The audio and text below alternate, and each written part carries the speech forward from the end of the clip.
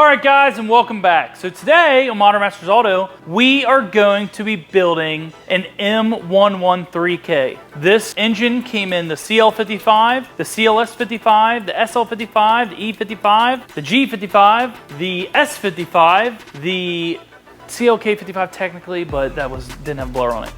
But there's many more. I do know all of them, but I don't know all of them right now on the top of my head. But we are assembling the top end of a built engine. This engine is Darton sleeve, CP pistons, Corello rods, all forged internals, and now we are putting on VRP ported heads with ARP head studs and VRP cams. So we're gonna show you how to correctly install the ARP head studs on the M113K, and then how to correctly install your VRP aftermarket cams and do the timing. So without further ado, let's get started.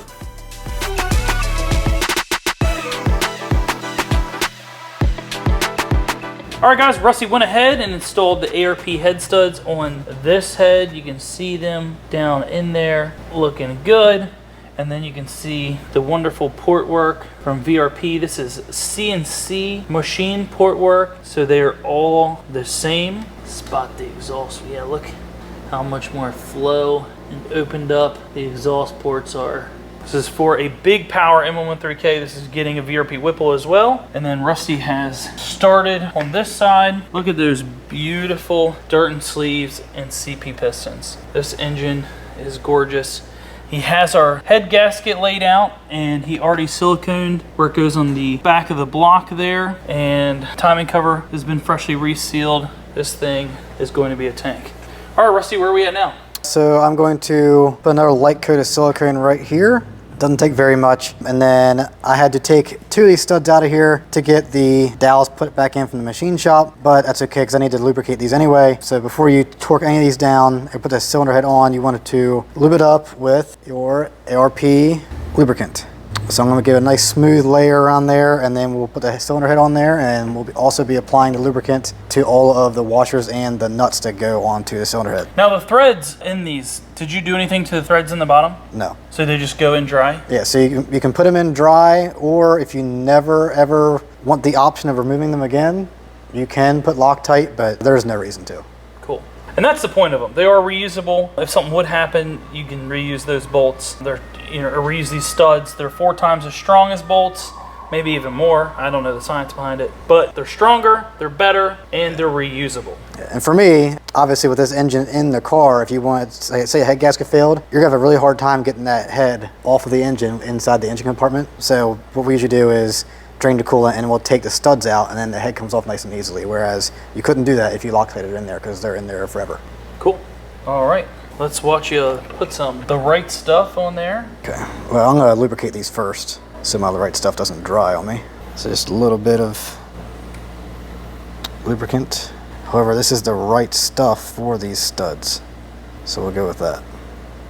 And I like to take a Q-tip, so use my hand and just make it smooth, just to kind of push it down inside those threads. And it also helps the lubricant not to stick inside the head putting it on, or maybe foul up the bottom mating surface. You want it to be nice and tight so you don't make a mess.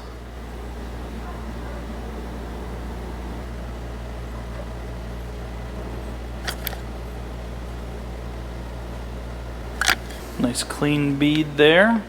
All right, guys, and check out the cleanliness and machine work from this VRP ported head. That is absolutely beautiful. It's definitely cool seeing those 2 spark plug holes per cylinder in there. Yeah, that is funny. Yeah. These have 2 spark plug holes per cylinder. And look at that. That is wild. And we're going to go ahead and put our cylinder head on there, trying to be as careful as possible not to scratch up that nice machine surface underneath. Once you get all the studs lined up, it will slide down nice and smooth. All right, make sure our timing gears are still free, which they are. And now we can start tightening everything down with our fasteners. So again, I don't use the brush that comes in here because it's too messy, it makes big globs. What I do like to do is take that same Q-tip, and I'll put just a nice little thin layer of lubricant on both sides of the washer. And I'll also lubricate the bottom of the nut.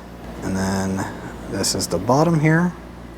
So we're going to lay that on there. So these aren't like the M156 where you have to use right stuff because of coolant jackets or something? No, so if you look at the clip from when we had the cylinder head off, this goes straight into a block of metal. So there's no holes, there's no coolant that runs around this stud, whereas the M156 coolant is actually running around the head studs and then can seep up through there. So that's why they need silicone and these do not. And then these also have a top and bottom. So I don't know, it's kind of hard to see. You can see a little bevel there on the top. This is the top of the washer and this is the bottom here. So definitely don't want to mix that up. Which is good to know. Fun fact that all ARP studs do not get installed the same.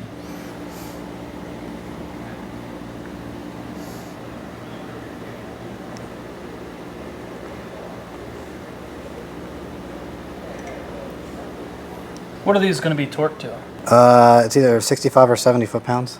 I also apply some lubricant to the bottom of the nuts here.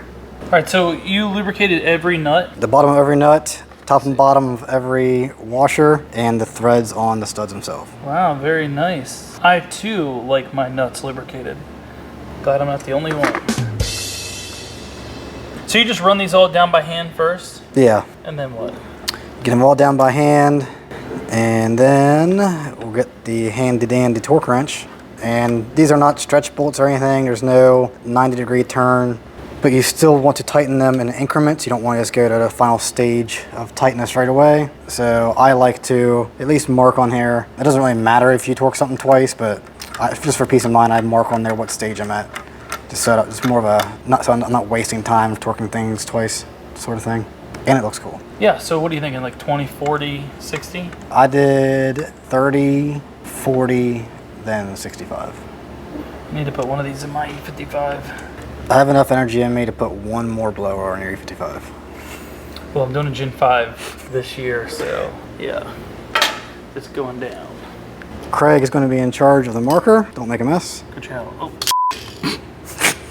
All right, we're going to start off at 30 foot-pounds. You're just going to work your way from the inside out.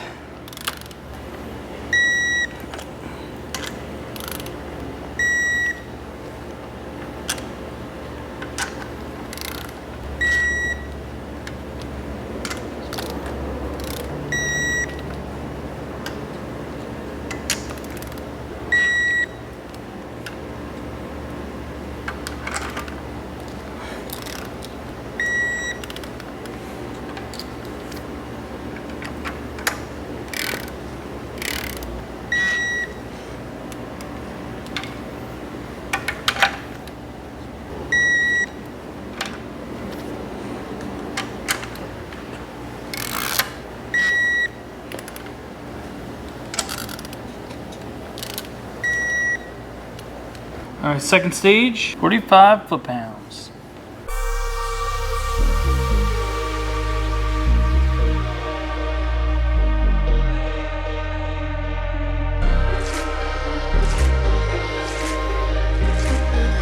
All right, ladies and gentlemen, third and final stage, 65 foot-pounds.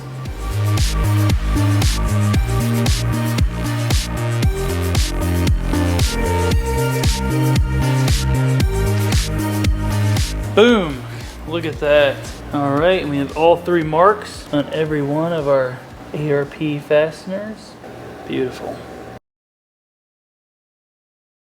All right guys, check out these ported heads. Look at this ARP hardware on this engine, looking good. The VRP ported heads really just complement the Darton sleeves, the CP pistons, Corella rods, all done by the VRP machine shop that we work with every day. I just wish there was something to go with this motor, just like a cherry on top, because it is the perfect M113K. It has it all. Mail's here! The mail's here. Got something for you. What do you got? Oh, got some camshafts. Some VRP camshafts? Yep. Wow. Hand delivered. Talk That is- about service. All right, so I got some cams for you. We got the VRP supercar cams. They are 1680 is what they cost. 25 wheel horsepower. The fastest E55 in the world. Car's kind of a freak of nature. 8.4 seconds in the quarter mile. I'm not sure that that car actually exists. If you know, you know. But yeah, so VRP camshafts, we took the SLR grind and made some improvements on it. I have scanned every single cam that exists for M113, M113K, all of the NA cams, all of the aftermarket cams, Schrick, Race IQ, I've done the SLR cams, the E55 cams, every single cam that has ever been in an M113, M113K, I have scanned. And that's why I can, without a doubt, say that these are the best cams for this engine.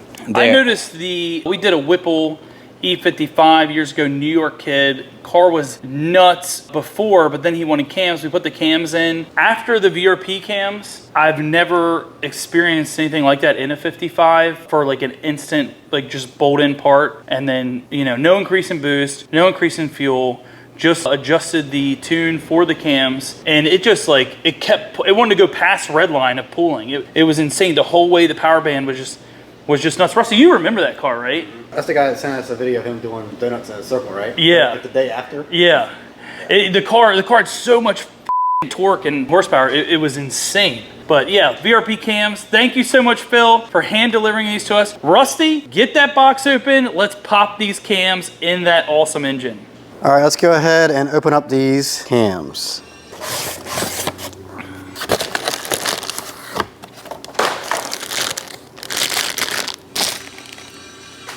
All right, check out how awesome these cams look. Really nice coating on there. We're gonna make sure we put some liquid moly assembly lube on every one of these lobes and journals here, but very clean, very high quality. And they only go on here one way. They only fit on one cylinder head, so you don't have to worry about messing them up. And it's super easy to time, which we will be showing you next. So let's get the other cam opened up, get them lubed up, and we'll start putting these rockers on. All right guys, this is everything you need to do the cam install on a 113K. So we have our timing tool here, which locks the cams into place. You will have your bridges that go on top, and we have all new bridge bolts because they are stretch bolts. Definitely don't try to use those. The same as our cam gear bolts. Don't reuse those also. They are stretch bolts. Make sure you get new ones. So we're gonna start off by lubricating our cam. I'm gonna start on this side. Get some liquid moly assembly lube on there. So I just like to dab a little bit on each lobe. I'll smear it around. I was smart enough to wear gloves this time. If you listen closely, you can hear Phil and Craig talking about my bald spot in the background, but it doesn't really bother me anymore. These are already coated, so you don't gotta go too crazy, but I still like to lubricate it for that initial startup. All right, so we'll go ahead and set him down in here.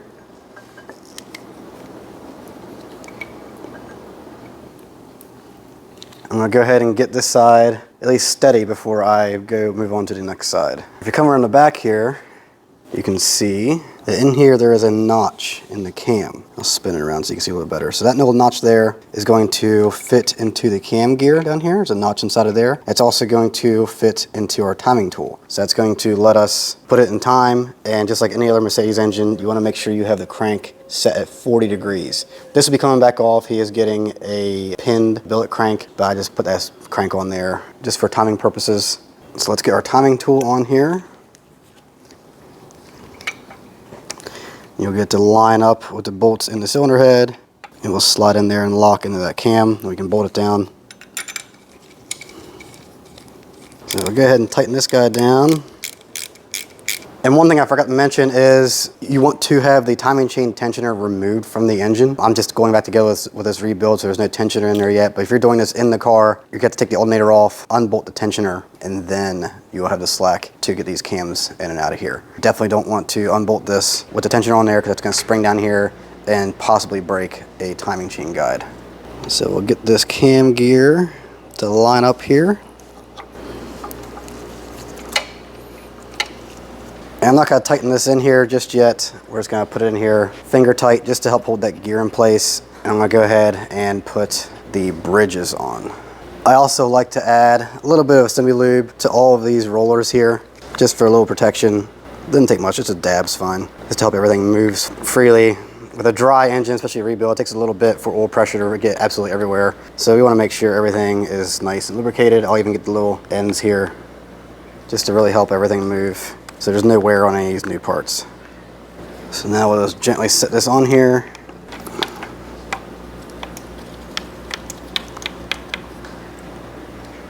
And And then if you're having any trouble getting this thing to lay and seat correctly, just wiggle these rockers around. Most likely gets bound up on the cam a little bit, and then it will lay mostly flat, but keep in mind, it's not gonna go completely flat until we start torquing things down because you are going to be compressing some of these valve springs. All right, so we have our new bolts. Let's go ahead and start getting these in. Sometimes this little rod here, you can see on the ends, there's a rod that runs the whole way through. You have to move that around a little bit to get the bolts to slide through. Then once you get one in, it's in line. I don't know if you can see right here, that shaft goes through there. Right here, it's sticking out a little bit. You have to wiggle that around to get the bolts through.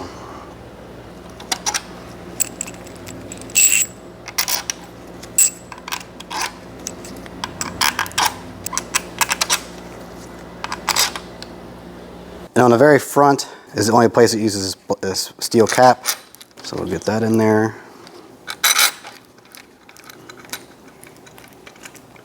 All right, so I still need to tighten these up. Before I do, I'm gonna go ahead and move over to the other cam just to make sure there's no slack in the chain between each cam, and then, because it'd be a lot more difficult to move this around once I have everything torqued down. So let's move to the other side. We'll get that cam in there and we'll start torquing these bridges down.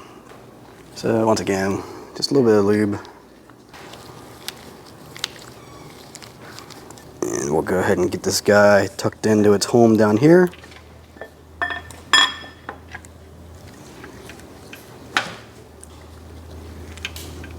He's nice and happy. And now we can go ahead and put this timing tool in here after we get this cam up here. And this is why I wanted to get this cam in here, because this one just doesn't really want to come up far enough. So I think it is stuck on some teeth down here. So I'm gonna wiggle this around for a little bit, see if I can get this timing chain to free up from the bottom. Yeah, there's plenty of slack on this side. So there we go. So yeah, sometimes when that timing chain binds up down in there in that idler, I just had to come over to the other side of the engine, give it a little wiggle, and I should be good to go. And it is usually a pretty snug fit to get the cam in there, to get the slide into that gear. But you definitely want to make sure it's in there correctly before you go torquing everything down, or you can break the tab off of the timing gear. And start this bolt in there to help center that, because this doesn't matter which side you start on, whichever one you do second is always going to fight you a little bit. All right, guys, let's see where Rusty is. What is this? The cam holder. We don't need that. Rusty's, no, get rid of that bolt spot. Just kidding. All right, Rusty has the timing tools in here. Very cool. So Rusty, these just go to a notch in the cam. Yep. So 40 degrees, right? 40 degrees. 40 degrees, notch in the cam, bolt this bad boy down. And then the only thing you gotta worry about is it's possible that there can be an extra link of chain between here and here. So you really wanna make sure that you have all the slack between these two cams here, because there's no tensioner in here right now. So you wanna be able to put that timing chain tensioner in there when we're done and make sure there's no play between these two cams. All right, look at these VRP cams. I love the protective coating they put on these. And then you, of course, that's liquid moly assembly lube. What else was there? That's what I'm saying, look at that. Don't forget, guys, the liquid moly assembly lube, part number LM48. This is the best. Installation paste, we use it, we love it. And then we have our brand new rockers with brand new hardware, looking nice. So what's the next part, Rusty? So now that I fought this on here, which I guess explained it before, whichever side you do first, the next side is going to be a pain. So just don't force this gear on here. I just drew it with my fingers and just barely got it to go in there tight. And then I locked it down with our timing tool. And now we can go ahead and put the rocker bridge on this side and we can start torquing those. Once everything is torqued down, then we can hold this cam gear still and torque these, and that's all there is to it. Cool, let's knock that out. All right, got this bridge all lubed up. Go ahead and get that guy on there. I'll do a little bit of finagling to get it to lay flat, just like the other side. But once you get it close, we can line up our dowels here, the rods that go through, and start putting the bolts in. Ah, my hands are dirty. Ah! And you always want to start from the inside and work your way out so it goes nice and smooth like. I didn't even touch anything and more keeps going on my hands. I do not know how this works. Ah! All right, now we have the other side somewhat secure. We're gonna go back to this side here, get everything torqued down. And then on the front 2 holes here, there are 2 smaller bolts. Just make sure that they get replaced with new ones. So let's put those in.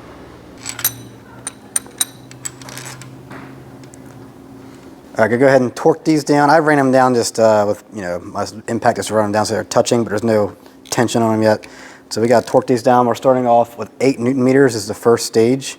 And there is a order, which I will hold up to the camera later, but this is the first one.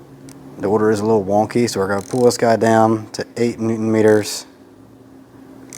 And remember, some of these are going to be tighter than others because you are now compressing these valve springs. So we're going to move on to the next one. Here's the order for this side. So it's a little strange, but 1, 2, 3 is way over here. You're just going to keep working your way around here as you get those bridges nice down and seated. So move on to the next one. Get him down to 8 Newton meters. We're going to keep on going.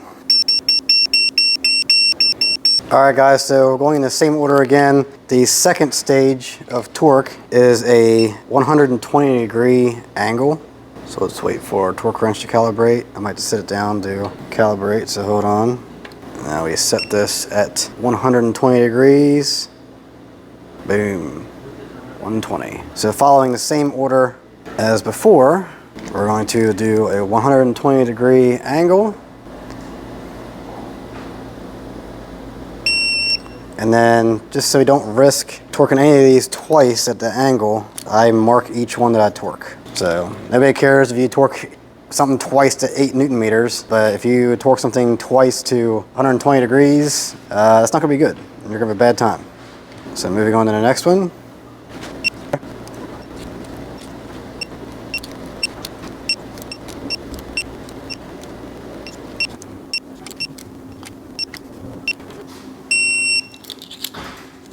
All right, so all of these are torqued, all of them marked. Now all we have to do is torque this front cam bolt, and this side is done. All right, so what do you torque this to? I've always loved this thing. I know you guys like seeing it out. This is awesome. This is just $9,000 torque wrench from Snap-on. Beep. Very cool. So what's this get torqued to?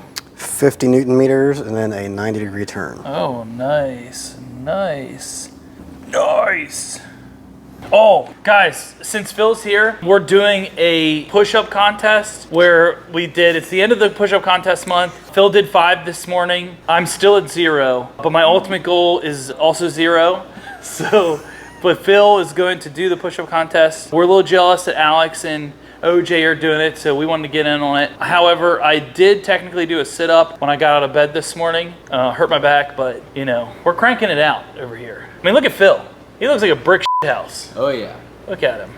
So when you go to torque this bolt, do not use this tool. This tool is only used just to get the camshaft into position to get it in the timing gear. Don't try and hold the cam with this. It will end up breaking this or bending your tool. We're going to put a wrench on the cam gear itself, just like this, so you don't risk damaging your camshaft. So Phil's gonna hold this while I torque it.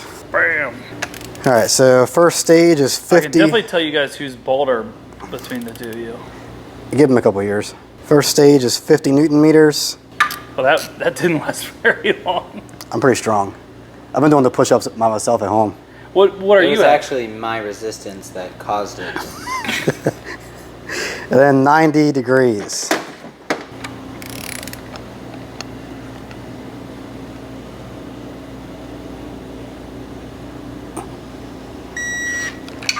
Ta-da!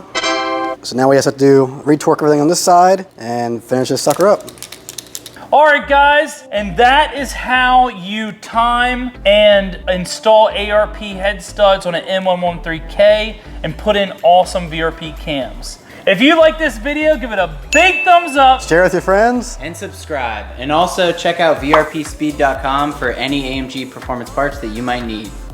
All right, guys, and don't forget the most important part, leave a comment about my bald-ass best friend, Eugene, in the comments. What did you say? My best friend. He's my best friend.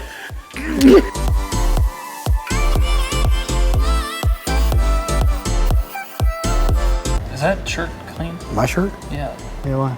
You stink. You set me up for something here? No, I know you kind of smell like ass. That's I got a little closer. That would be my ass. Oh, was that what it is? Yeah, we just got back from lunch. You kidding me? Oh, yeah, you stink. Somebody send help. Gas mask. Now with the door shut because the air conditioner's on, I'm stuck in here. Testing. Let's hear if the air conditioner is too loud for the recording. Let's watch Rusty fiddle his thumbs back there. Hi guys, welcome to this video. This engine is very nice and it can go like a lot of speed limits on a car, whatever car you want and all. And it is very expensive and it's very nice, and you can buy it on VRPspeed.com. VRP.com. VRPspeed.com. VRPspeed.com. When he's doing a torque spec, I'll be like, and what temperature did you set that at? What temperature?